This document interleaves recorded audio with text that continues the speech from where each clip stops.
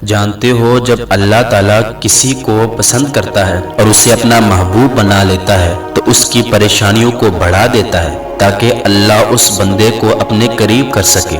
اور پھر جب پوری دنیا تم سے منہ پھیر لیتی ہے تو اس وقت بھی اللہ تعالیٰ کی ذات تمہارے ساتھ موجود ہوتی ہے۔ اللہ فرماتا ہے اے میرے بندے، میں تو تمہاری شیرک سے بھی زیادہ تم سے قریب ہوں۔ مایوس تو وہ ہوتے ہیں جو اللہ پر کامل یقین نہیں کرتے، اور محروم وہ ہوتے ہیں جو اپنے رب کی نعمتوں کا شکر ادا نہیں کرتے۔ اور سنو، کچھ دعائیں ہماری ایسی ہوتی ہیں جو قبول نہیں ہوتی، اور پھر ہم یہ سوچنے لگتے ہیں آخر یہ کیوں ہو رہا ہے۔ لوگوں سے پوچھتے ہیں کیا کوئی رکاوٹ ہے، کوئی ایسا وظیفہ ہے جس کو ہم پڑھیں اور ہماری دعا فوراً قبول ہو جائے، لیکن اس کے باوجود بھی ہماری دعا قبولیت سے محروم ہوتی ہے۔ تو سنو، اگر تمہاری دعا قبول ہونے میں وقت لے رہی ہے اور تم قبولیت کا ہر طریقہ آزما چکے ہو لیکن ابھی تک تمہاری دعا قبول نہیں ہوئی، اور ایک ہی خواہش تمہارے ذہن میں نقش ہو گئی ہے، تو اللہ تم سے فرماتا ہے کہ بے شک میں دعا مانگنے والوں کو پسند کرتا ہوں،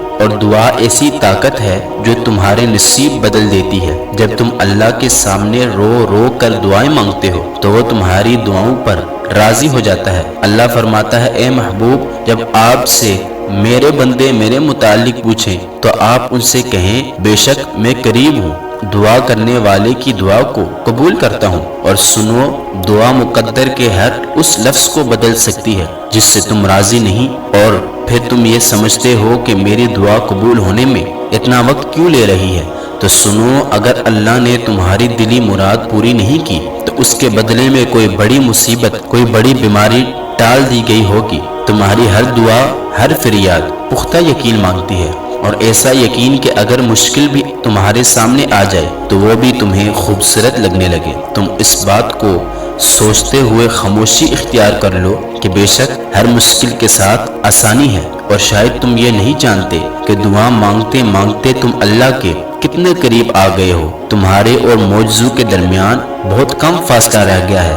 اللہ تعالیٰ قرآن پاک میں فرماتا ہے کہ اے انسان، جو حالات تیرے دل سے گزرتے ہیں ہم ان سے خوب واقف ہیں۔ تمہارے دل کے اندر اٹھنے والی آواز کو ہم بہت اچھے سے جانتے ہیں، اور جان رکھو زمین و آسمان میں جو کچھ بھی ہو رہا ہے وہ اللہ تعالیٰ کی اذن سے ہو رہا ہے۔ اگر تم زندگی کی تکلیفوں سے تنگ آ چکے ہو اور ایک دکھ ختم نہیں ہوتا کہ دوسرا آ پہنچتا ہے، اور تم خود کو بہت بدنصیب سمجھنے لگتے ہو، تو سنو، ہر انسان کی کسی نہ کسی طرح سے آزمائش ہوتی ہے۔ اللہ فرماتا ہے ہم تمہیں کبھی مال کی کمی سے، کبھی خوف سے، کبھی جانوں اور کبھی پھلوں سے آزمائیں گے، اور صبر کرنے والوں کے لیے خوشخبری ہے۔